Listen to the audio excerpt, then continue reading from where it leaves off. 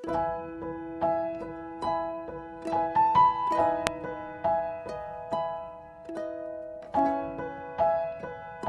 hindi na nga kinaya pa ng bunsong anak ni Rodrigo Duterte na si Kitty Duterte ang mga nalaman nito patungkol sa mga anomalyang ginawa ng kanyang amang si Digong at kapatid na si Sara Duterte. Ayon kasi sa balita tila sumuko na daw si Kitty dahil sa kahihiyang ginawa ni Sara Duterte at Digong, isa na nga daw dito ang gawa-gawang pangalan ni VP Sara na Mary Grace Piatos at marami pang iba. Sa ngayon nga daw ay nais na lang daw muna ni Kitty na mang ibang bansa dahil upang malayo na siya sa isyu ng kanyang pamilya. Narito panoorin ang video kung paano napaamin ang ilang tauhan ni VP Sara sa mga kasalanan nito. Ilan po ba ang key officials ng OVP? I'm referring to key officials only. There are 5 key officials, Your Honor. Can you please mention these 5 key officials? The Undersecretary, Can you please include the name? Oh, yes. Assuming this position. yes, number 1, the Undersecretary, that is me, Zuleika Lopez. Our Assistant Secretary, Mr. Lemuel Ortonio. Our Director for Admin and Finance Services, that is Director Rosalyn Sanchez. Our Director for Operations, that is Mr. Norman Baloro, and our Director for Strategic Management Office, that is Attorney Sunshine Fajarda, Your Honor. How important is this Thanksgiving anniversary celebration in Caraga? It's not even at the NCR. It does not even represent a regional representation because he made mention only of 3 specific LGUs. Why? Of all key officials, bakit naman po sa dami ng opisyal ng OVP, ito pang matagal na pong iniimbita ng Good Government Committee na si SDO Gina Acosta at si Assistant Chief of Staff Ortonio ang nakaisip na mag-represent ng OVP sa Thanksgiving celebration? Your Honor, I cannot answer that because, for one thing, I was not the one who issued the travel authority.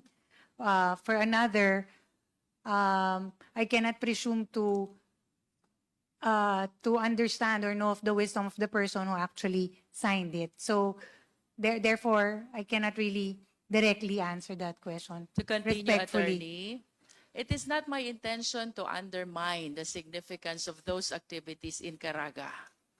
But we are thinking individuals here between defending the institution, the office of the OVP, and attending the Thanksgiving celebration in the 3 LGUs in LGU. Hypothetical lang po. Which do you think is more important? Your Honor, every activity we roll out, whether it's in the NCR or in our satellite Mr. Chair, offices. can we please direct our resource speaker to answer the question? This is a hypothetical question, Attorney Lopez. Please If you answer will be responsibly. made to choose, saan ho ba kayo pupunta?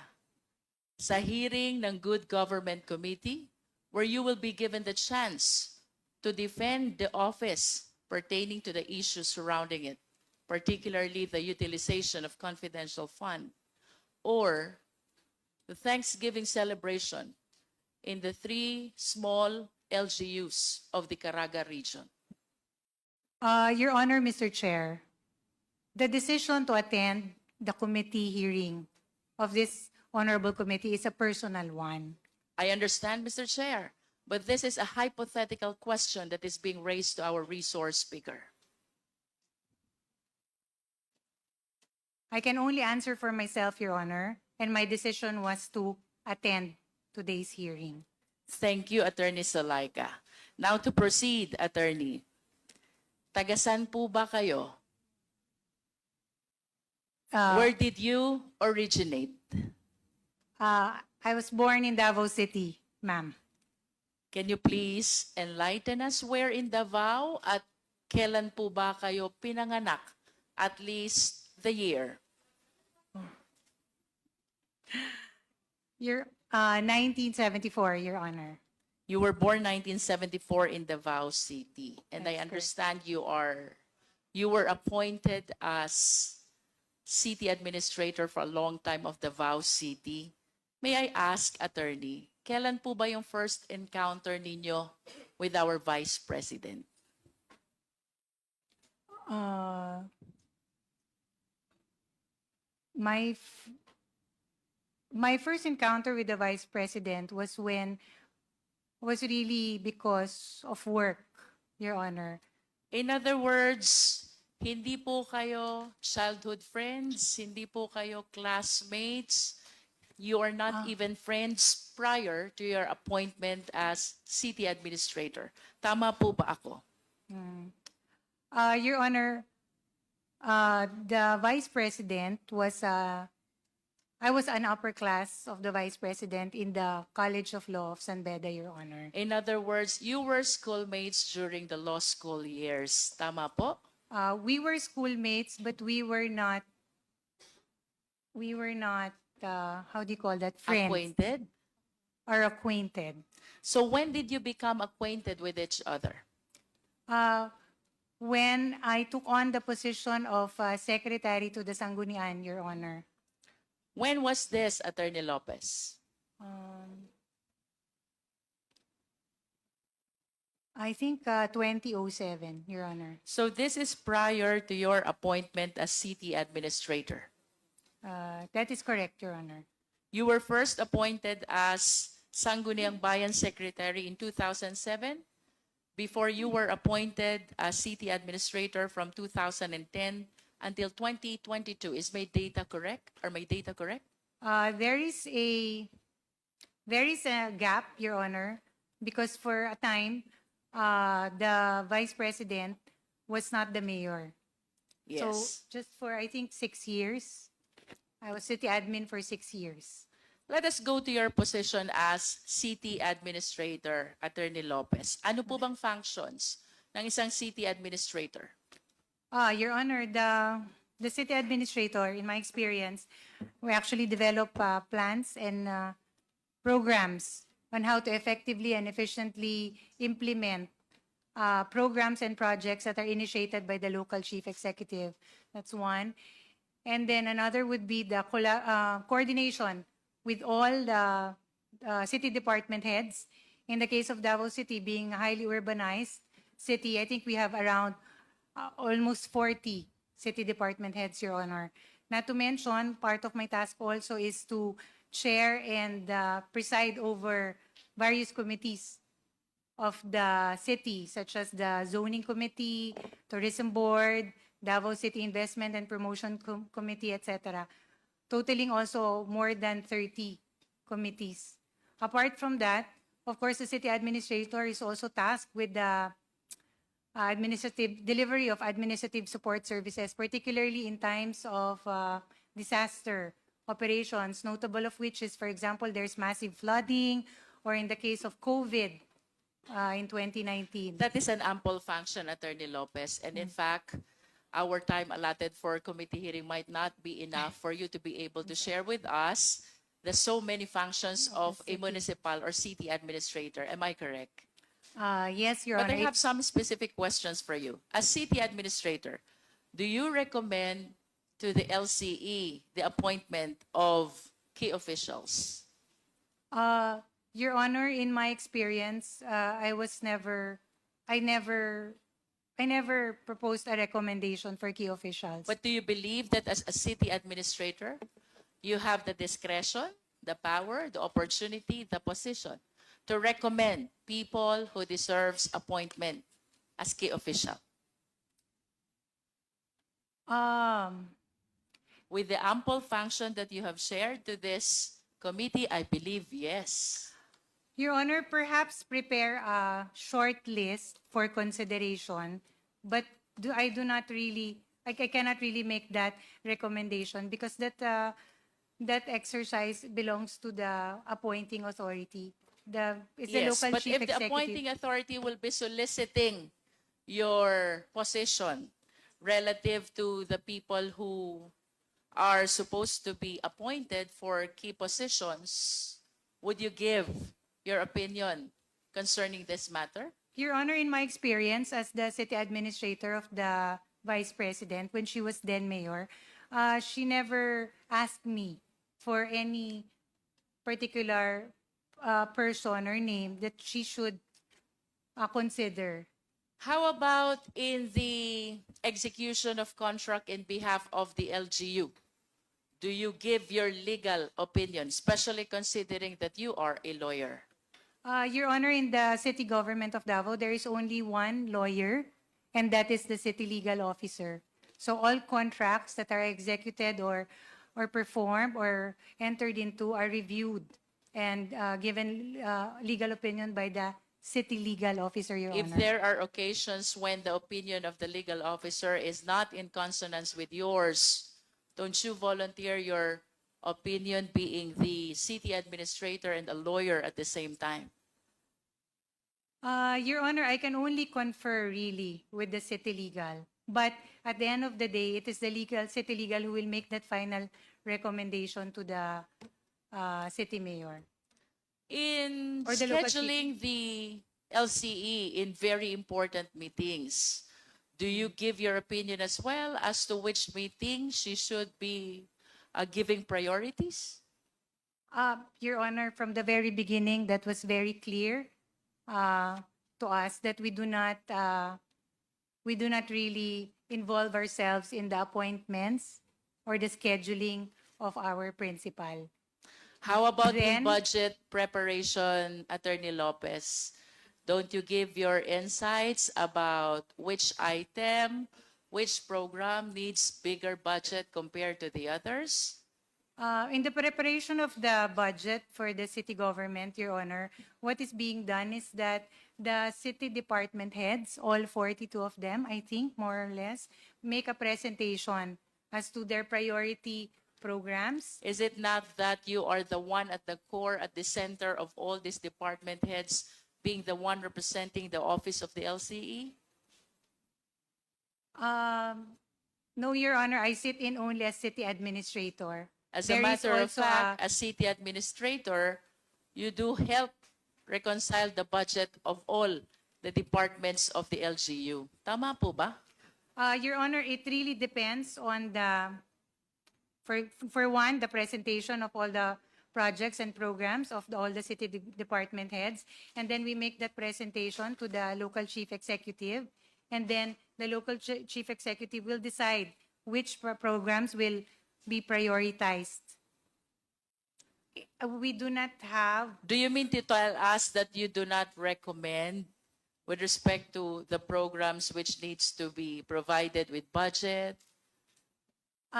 Your Honor, my role really is that once there is an identification of a particular project, for example, may I be allowed, Your Honor, to give an example, just a short one, a brief one. For example, our collaboration with the National Museum of the Philippines for the establishment and construction of the National Museum of the Philippines in Davao City. All right. So this was an item that was proposed by some of the city department heads. So it is one of those projects that we presented to the local chief executive. And once she says that, yes, we will do this project and the timeline is set for this period, that is the time that I, as a city administrator, come in and start talking to key officials from the National Museum of the Philippines, draw the necessary legal documents that will document. You wanted to tell us, Attorney Lopez, that the LCE approves first before you have the hand of being part of that program or Yes, activity. Is that what you wanted to tell us? that is correct, Your Honor, because my role really as city In all admin, matters concerning the office of the city of the mayor, you wanted to tell us nag-a-approve muna ang mayor bago ka umakto as city administrator? that is correct, Your Honor, especially in projects such as... Attorney, if I may interrupt, that is quite hard to believe.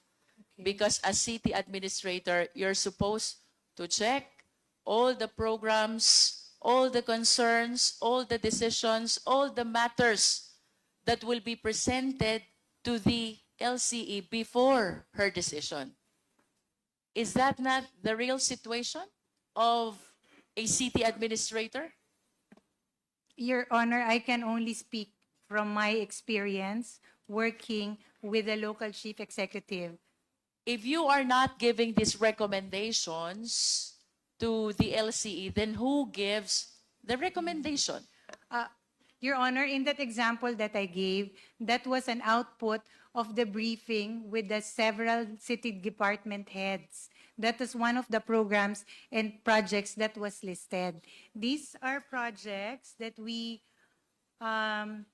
prepare and report to the local chief executive for consideration. Kanina po may binanggit kayong you're heading all the committees. Tama po ba yun? I preside, Your Honor. You also made mention about the different departments. What do you do with the different departments? Coordination, Your Honor. You coordinate with the different departments and you draft programs and do the implementation as well as the coordination with the rest of the departments of the LGU. Tama po ba yun? Yes, Your Honor. For example, in the case that I mentioned earlier, ma'am, in that partnership with the National Museum of the Philippines, it has to be approved first that we will embark on that project before we actually proceed any further.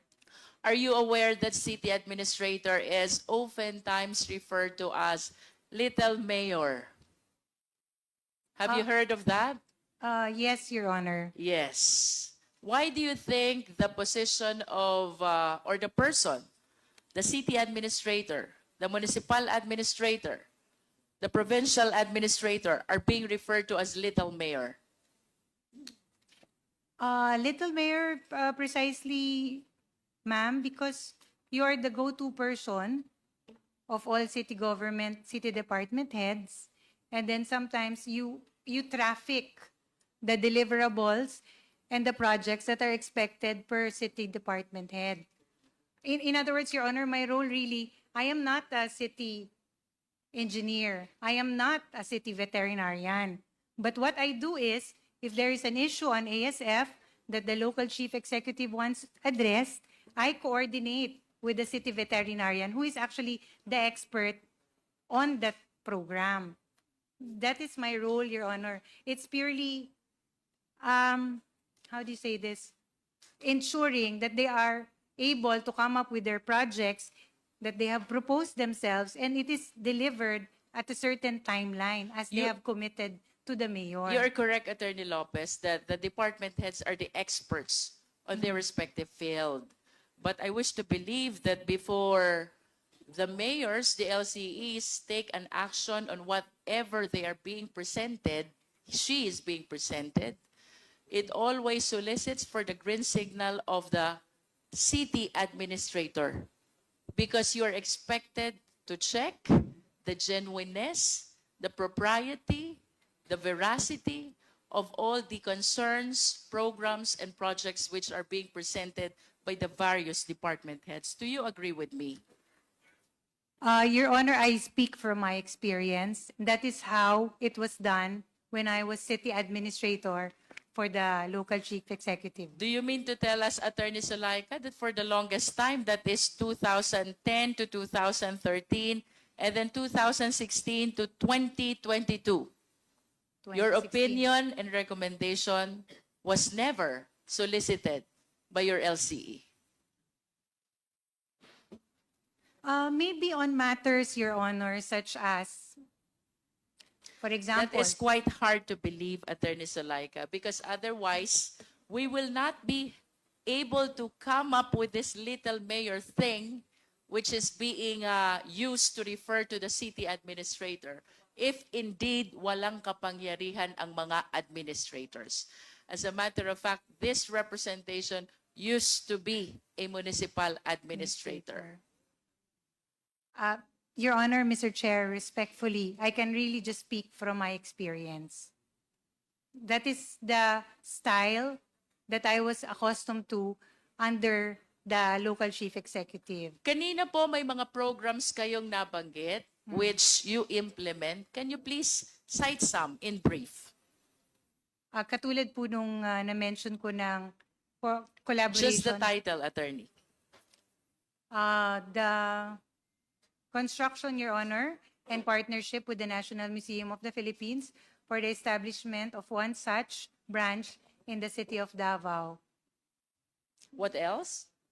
Um, the high priority bus system, Your Honor, that we started during the term of Vice President Inday Sara, but it's still ongoing right now. The Davao-Samal Connector Bridge, which also we started with, but it is still ongoing, as well as the pending, among others, no, the pending waste to energy projects. One of those that was finished is the underground cabling. Just give us a rundown. What these programs did you implement during those times? We are talking about 9 long years. You sitting as the city administrator. Yes, Your Honor, these were projects that were proposed by the city department heads. So can you please Judy. give us a rundown? Ano po ba yung mga programs na yun? 3 pa lang po yung binigay nyo. We're talking about 9 years here.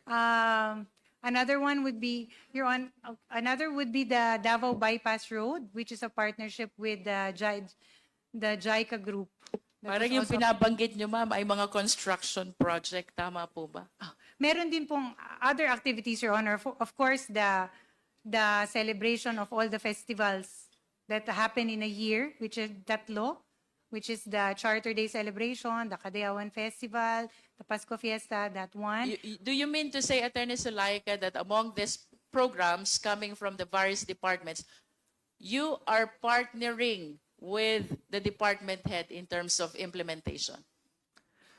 Your Honor, the person responsible for the implementation really is the city department head. For Sunod example, ko pong itatanong sa inyo, if you are not recommending, you are not suggesting, and then you will be telling me it is the department head who implements, ano pong ginagawa nyo as city administrator? ma'am, I ensure that these projects happen You and oversee. are delivered on time. And in overseeing, of course, On you schedule. coordinate with the department heads. Tama po ba? That is correct, Your And you Honor. will agree with me also na lahat po ng programs na ito, we cannot implement them without the necessary budget. Tama po?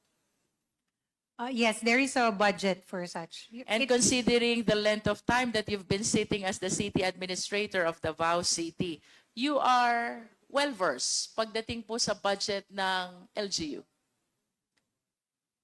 At least you are familiar with the budget of the LGU. Familiar, yes. Not as familiar as, but as the finance cluster of the local Because you said government you would be- coordinate. You coordinate with the different departments. Tapos sabi niyo po kanina, the budget preparation is being submitted by, the proposed budget are submitted by the different departments. So I suppose that in your coordination with the different departments, you are aware also of the budget of the LGU. Am I correct, Attorney? For big ticket projects, Your Honor, yes, I am aware because they make the presentation, the city department heads. What is that for? For projects that similar to the ones I mentioned early on, Your Yes, Honor. and I suppose that when the project has a very huge allocation, you will be aware as well. I want to be enlightened about the budget of Davao City during your time as city administrator 2010 to 2013, 2016 to 2022. Ito po'y na-flash na natin noon, and I want to share it again to the committee. Kindly flash the confidential budget of the Davao City. This is 2016 to 2022, Attorney Sulaika. And apparently, in our previous hearings, we were able to show that among all the LGUs in the entire country, ang Davao City po ang nagkaroon ng pinakamalaki na confidential fund. Being the person who coordinate all the programs with all the focal persons and department heads. Can you please enlighten us? 2016, to 2022. Paano po ba natin na-utilize itong confidential fund na ito? Your Honor, Mr. Chair, Please if I may, continue. yes, I appear here, Your Honor, pursuant to the subpoena that was issued me in line with the privileged speech of the Honorable Valeriano. It is in my capacity as the Undersecretary of the Office of the Vice President. I am not here, nor am I connected with the city administrator or city government of Davao. So I feel that I am not really competent to discuss budget concerns primarily because, of course, with all due respect to the new city administrator and also the administration of the city government of Davao, Your Honor. Mr. Chair, I wish to remind the resource speaker that the confidential fund which is being shown in the screen pertains to 2016 to 2022, the time when our resource speaker was the city administrator. Earlier, she explained a lot about coordination with the different departments concerning the program implementation. And I wish to believe that this confidential fund is part and parcel of some of the programs which they have implemented already in Davao City. So contrary to her manifestation, Mr. Chair, it is my humble opinion that she is in the best position to enlighten us. Saang programa po ba ginamit itong confidential fund na ito? Your Honor, Mr. Chair, I mentioned earlier my role as city administrator.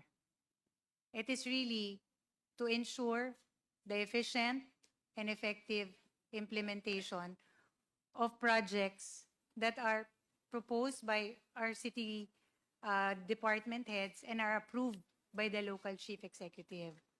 I also mentioned, Your Honor, that part of my task is to coordinate with the city government departments, which are the various in various different areas: city budget, city engineer, city taxation, local city zoning, city planning. These are the operations part of running a local government, Your Honor, Mr. Chair.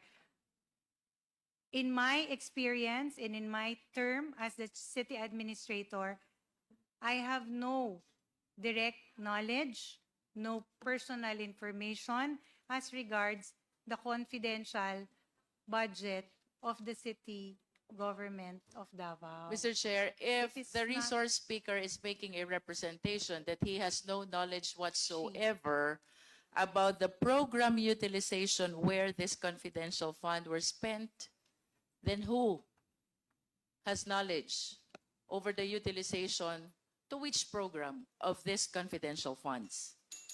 Your Honor, I can only speak for myself. Mr. Chair, On my end, Your Honor, respectfully, much as I want to give a definitive answer, I have no personal information as to the utilization, disbursement of the confidential funds. Mr. Chair, I just find it strange na si Attorney Sulaika po, alam niya yung tungkol sa museum, alam niya yung JICA project, and yet she has no knowledge whatsoever with respect to the huge amount of confidential fund that is from 2016 to 2022. If we can share it again in the screen, ang laking pondo po nito. As a matter of fact, if we will be following the joint circular during that time, this is 30% of the Peace and Order Program of the LGU of Davao. Hindi ko po maintindihan why we've been hearing that Davao City is the most livable place to live, the most peaceful place in the Philippines, and yet mayroon pong ganito kalaking halaga ng confidential fund.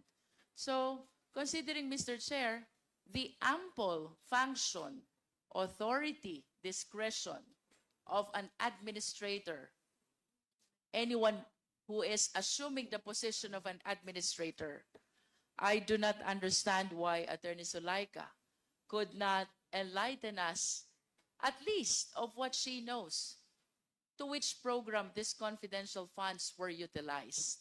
If I may read, Mr. Chair, 2016, this is 144 million. 2017, this is 293 million. Coordinating all the programs. She is the one coordinating with all the departments. How come she has no knowledge at all with these huge amounts of confidential fund which were utilized in Davao City from 2016 to 2022? That is a manifestation, Mr. Chair. Mr. Chair.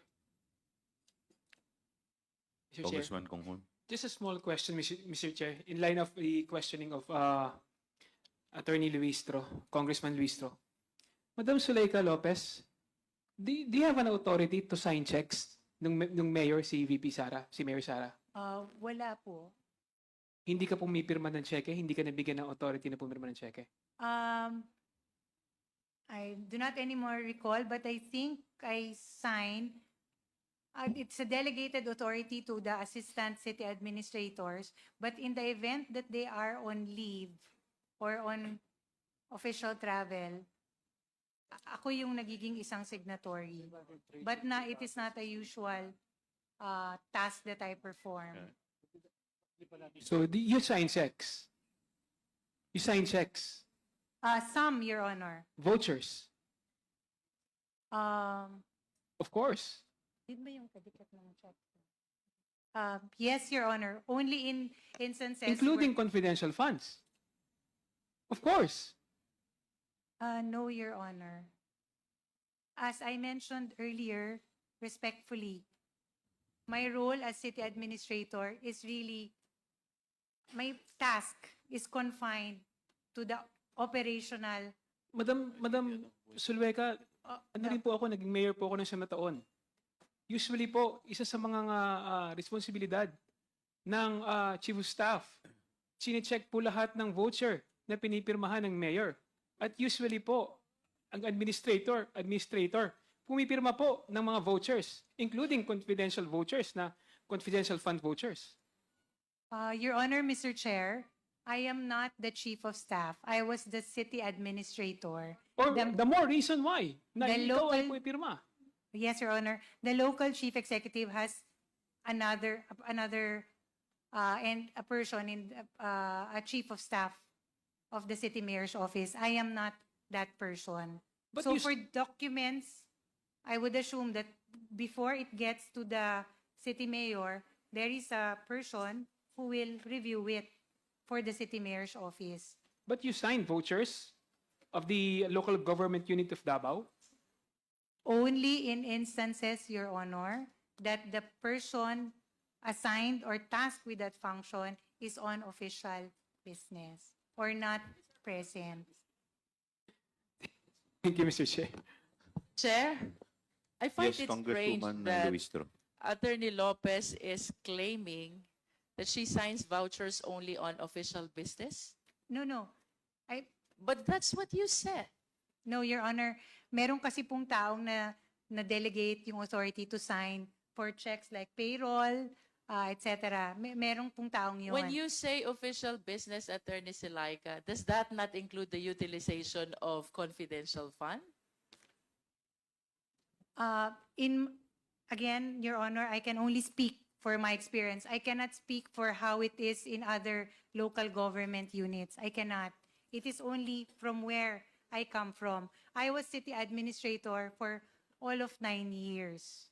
All of 9 years, Your Honor. And my task really was to handle and ensure that all the projects, all the infra, all the all the other collaborations and projects that we have planned for the city government of Davao is implemented according to schedule. So, Attorney That has always Lopez. been my role. Ma'am, as city administrator of Davao, Yes, Your Honor. you are saying that you do not sign checks. Is that correct? As city administrator of Davao for the past, ilang years po ba yun? 6 or 9 years? 9 years. 9 years. 9 years.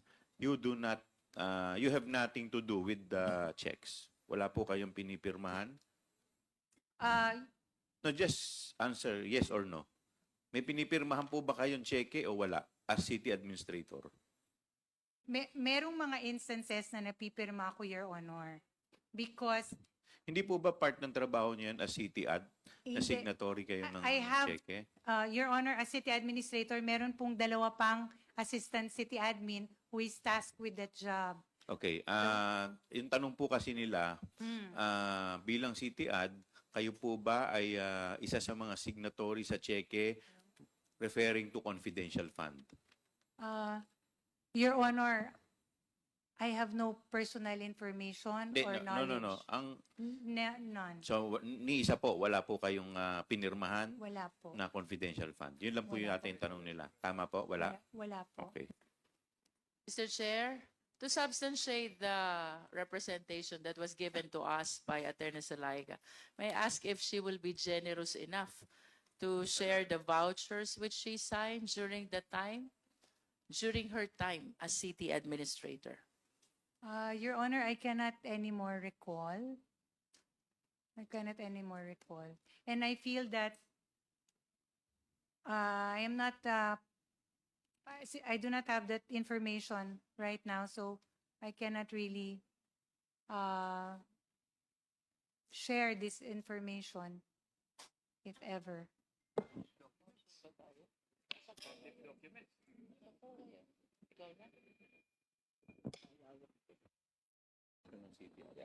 To continue, Mr. Chair, Please continue, Congresswoman Luistro. I understand, Attorney Salaiga, that in 2022, you were one of the 4 officials from Davao City who were brought to the OVP by the Vice President. Tama po ba? That not brought, but we applied. Sumama po kami. All right. You applied and you were admitted to the office of the Vice President. Am I correct? Yes. That is actually the pronouncement that was made by the Vice President. 4 high-ranking Davao City Hall officials have joined the OVP. That was her press statement. Can you please enlighten us? Sino po ba itong 4 na ito?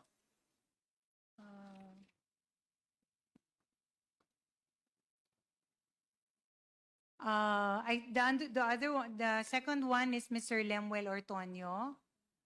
The one who did not attend the hearing. And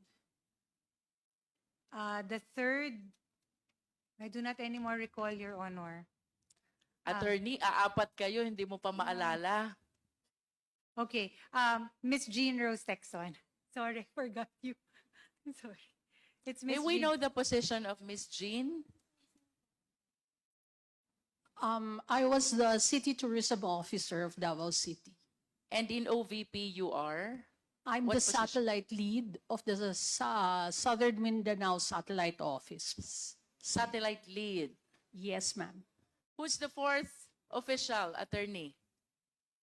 Your Honor, the one, Miss Carla Echavia, in charge of the appointments team. of I the recall, Vice President. Attorney Salaika, that during the last hearing, you failed to attend. Tama po? And you gave your explanation already kanina. It was a medical emergency in United States. Tama po ba? Yes, Your Honor. I watched the press con of the Vice President, and she was very explicit about saying that she gave her authority, her travel authority to you. She gave me authority to travel. Yes. Yes. Yes. but she did not make mention about the rest of the OVP officials who were not able to attend during the last hearing. Is it correct to assume that kayo po ay very close sa ating Vice Presidente?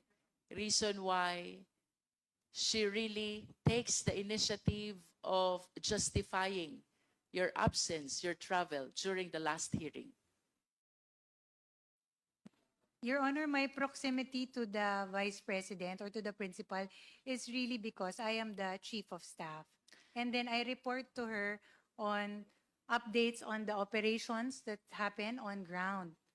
So, Why do you think she did not justify the absence of Gina Acosta, I, of Ortonio, Sunshine Fajarda, Edwin Fajarda? Bakit po kaya among all these officials, tanging kayo lang ang ginastify niya because of the travel authority that she issued in your favor? Your Honor, Mr. Chair, I cannot presume to answer for the Vice President. She may have her reasons. But I filed the necessary request because it was a medical emergency. That's why I had to leave immediately that very same day. Of course, Attorney, you understand that this is the 6th hearing already.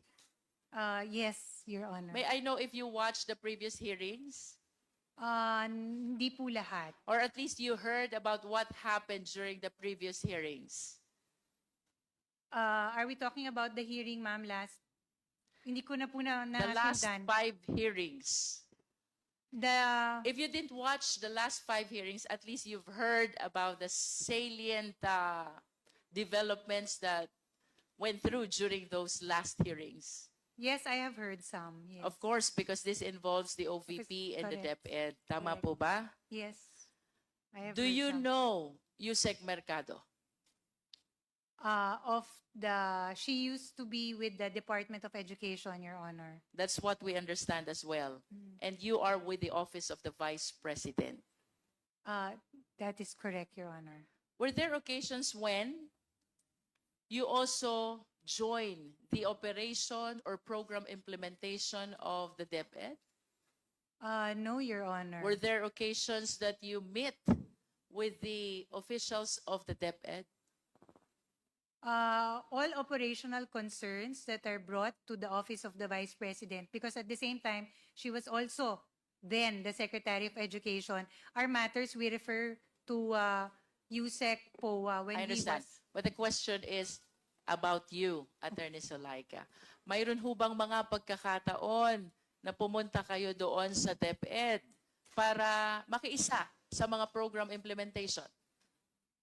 The only instances, Your Honor, that the Office of the Vice President were in DepEd were for instances when the Vice President receives courtesy calls in the bulwagan ng edukasyon. Were there occasions when you joined the meeting of the key officials of DepEd?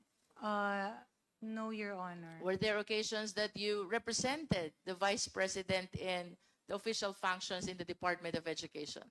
No, Your Honor. None at all. None. In one of those hearings, Attorney Zulaika, Yusek Mercado testified that she was asked to allow this negotiated procurement of the department computerization program budget. And she refused. And after some time, you asked her to resign. The reason why you asked her to resign is because she refused to conform to the negotiated procurement of the department's computerization program. Can you please enlighten us on this? Your Honor, Mr. Chair, I was instructed by the Vice President to call Yusek Mercado and tell her that the principal has lost her trust and confidence in Sabi her. niyo po kanina, hindi po kayo nakikialam sa DepEd, di po ba? Your Honor, that was just an isolated incident. In this case, ginagawa ko po lang yung trabaho ko because the Vice President was also the Secretary of Education. And in that instance, she said that I was to be the one to advise Ma'am Gloria that the principal has already lost her trust and confidence in Ms. Mercado for certain reasons, and that it cannot be Mr. Poa who will handle it, because to prevent friction among senior officials in the Department of Education. That the thought being, if it were Mr. Poa who will be the one to say that to Ma'am Gloria, it might create unnecessary friction in the working relationship of the senior officials of the Department of Education, Your Honor. But And at least, Attorney Salaika, you confirm that you were the one who asked Yusek Mercado to resign. Yes, from I was DepEd. instructed by the Vice President to do so. In your capacity as a lawyer, Attorney Salaika, do you believe that you have a legal basis to do that? Your Honor, Yes or no, Attorney? yes, I had legal basis to do that. Why? Because, Your Your Honor, office is with the OVP, and the person you're asking to resign is with the DepEd. Your Honor, as Because if you I will am the be claiming that you have the legal basis to do that, then the people in the DepEd has the legal basis also to meddle in the operation and separation of employees of the OVP. Your Honor, Mr. Chair, for the record, this is an isolated incident. It was an instruction given to me by my principal, and at the same time, my principal was also the Secretary of Education. So it was a task that I simply did, which was to advise Ms. Mercado that given that the principal, to advise her that the principal has lost her trust and confidence in her, and then to please submit a letter of resignation. That was a task I had to do. I did, Your Honor. Ginawa ko lang po Will yung you trabaho ko. welcome Attorney Sulaika, the DepEd official, coming into the office of the Vice President, meddling on the operation of the OVP? Would you welcome that? Yes or no? I believe no. Again, Your Honor, Mr. Chair, it was really an isolated incident where I was instructed by the Vice President, who was also the Secretary of Education during that time. Attorney, please enlighten us. Walk us through. Kwento niyo po sa amin. Paano po nangyari itong pagkikita ninyo at pag-uusap ninyo ni Yusek Mercado? I was instructed first by the Vice President to call on Mr. Mercado. Kailan po yan? Ay, hindi ko na po maalala. At least the year and the month.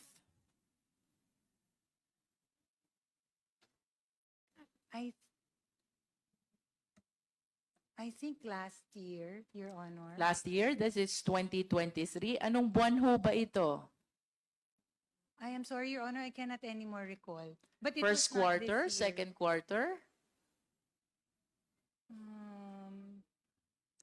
I cannot anymore recall. You Your should Honor. have remembered this because you are asking a high-ranking DepEd official to resign. This is something which is very remarkable. Your Honor, Mr. Chair, it was, Please continue. thank you. It was really a task that was given to me, which I performed. Yes, but please walk us through. Paano, kailan nangyari po itong pag-uusap niyong ito ni Yusek Mercado? Hindi ko na po maalala yung time, ma'am. Or yung buwan o yung period. Saan po kayo nag-usap?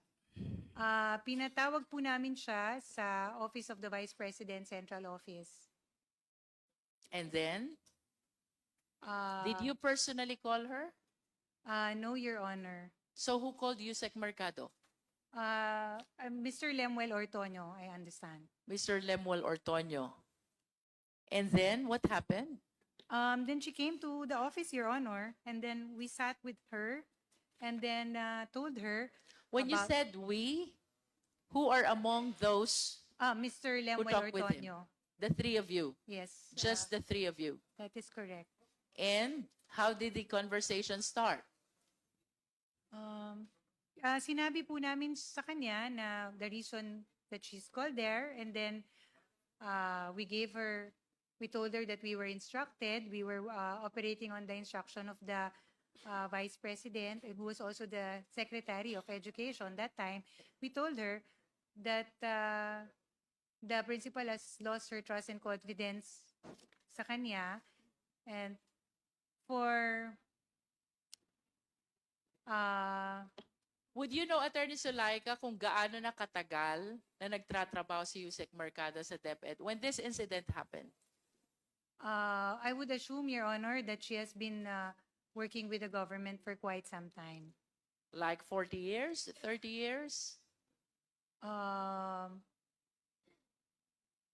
Maybe, yes. And you will agree with me that this is a very serious thing, asking somebody to resign, somebody who has rendered service in the government for more than 30 years already. Tama po ba? Your Honor, Mr. Chair, this is not to also belittle the credentials of Yusek Mercado. It is not. But the reason that I was instructed to tell her that the principal has lost her trust and confidence in her already, Your Honor. So, yun lang po yung sinabi ko at yun lang po Attorney, yung- you are a lawyer. It is fundamental upon us to follow due process. Did you accord Yusek Mercado the fundamental right to due process? I told her the reasons why, Your Honor. Yes. Did you give her ample opportunity to explain her side? Yes, Yusek Mercado explained, but I told her that I was not the person that she was to talk to because I am not part of DepEd. I told her to take these concerns to the Chief of Staff or the Office of the Secretary in the Department of Education. Medyo unfair po yan, Attorney Sulaika. When you will be advising Yusek Mercado that she has to tender her courtesy resignation, you will be claiming that that is an instruction coming from your principal. And now that Attorney Sulaika is trying to explain Attorney herself, Mercado. Attorney Mercado. Yusek Mercado is trying to explain herself, you will be telling her that you do not belong to DepEd. I listened to her, Your Honor. I did. I listened to her. But at the end of the day, I cannot make that decision because I am not with the Department of Education. Of course, you understand the theory of constructive dismissal. Do you? You do. Because we are lawyers. Please enlighten the committee. What is constructive dismissal?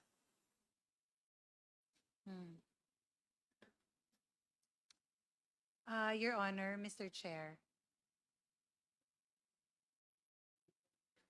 What I did was really in pursuance of the instruction of the Vice Mr. President. Chair, can we please direct our resource speaker to be responsive to the question? Attorney Sulaika, Yes, I yes. understand that you have back problem. Would you like me to declare 1 minute suspension? Thank you. 1 minute Thank you. suspension is declared by the chair. I appreciate that, Your Honor.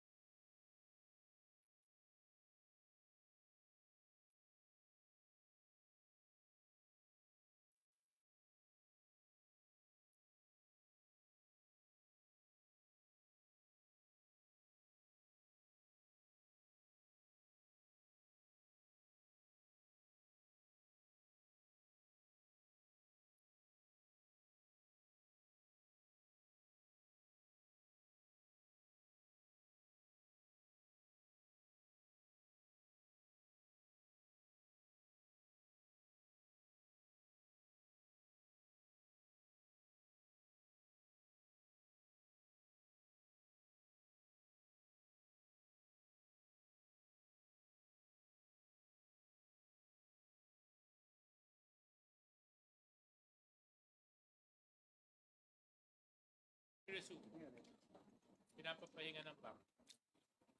Session resumes. Thank you, Mr. Chair. Mr. Chair, just quick. Deputy I- Speaker. I just couldn't help but JJ notice. Attorney Zulaika, can I just ask the identity of that person you were conferring with while we were at recess? Mr. Attorney Lito Go, Your Honor. Yeah, what he serves what purpose? Your Honor, in the subpoena, I was allowed and afforded counsel. Okay. No, I'm not denying you of that right. My question is, have they entered their appearance into the committee? Comsec, would you please enlighten us? Not yet, Your Honor, although they were also present here in the previous hearing of November 11, Your Honor. What do the rules of the committee dictate, Comsec? At this entry of appearance, Your Honor, for counsels, even in our previous meetings, it was done, Your Honor. Okay, so to the lawyers, will you enter your appearance?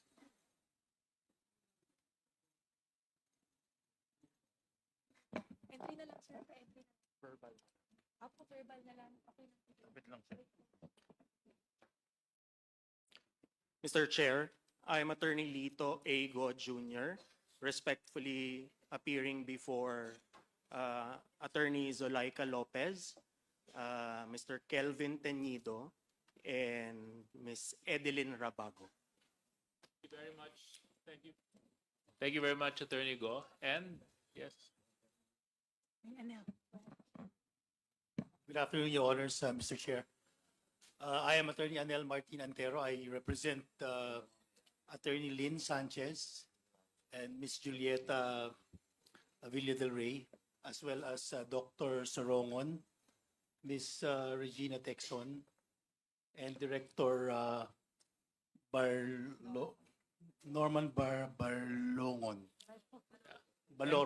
Your Honors. And they have availed of your services in their private capacity, is that correct?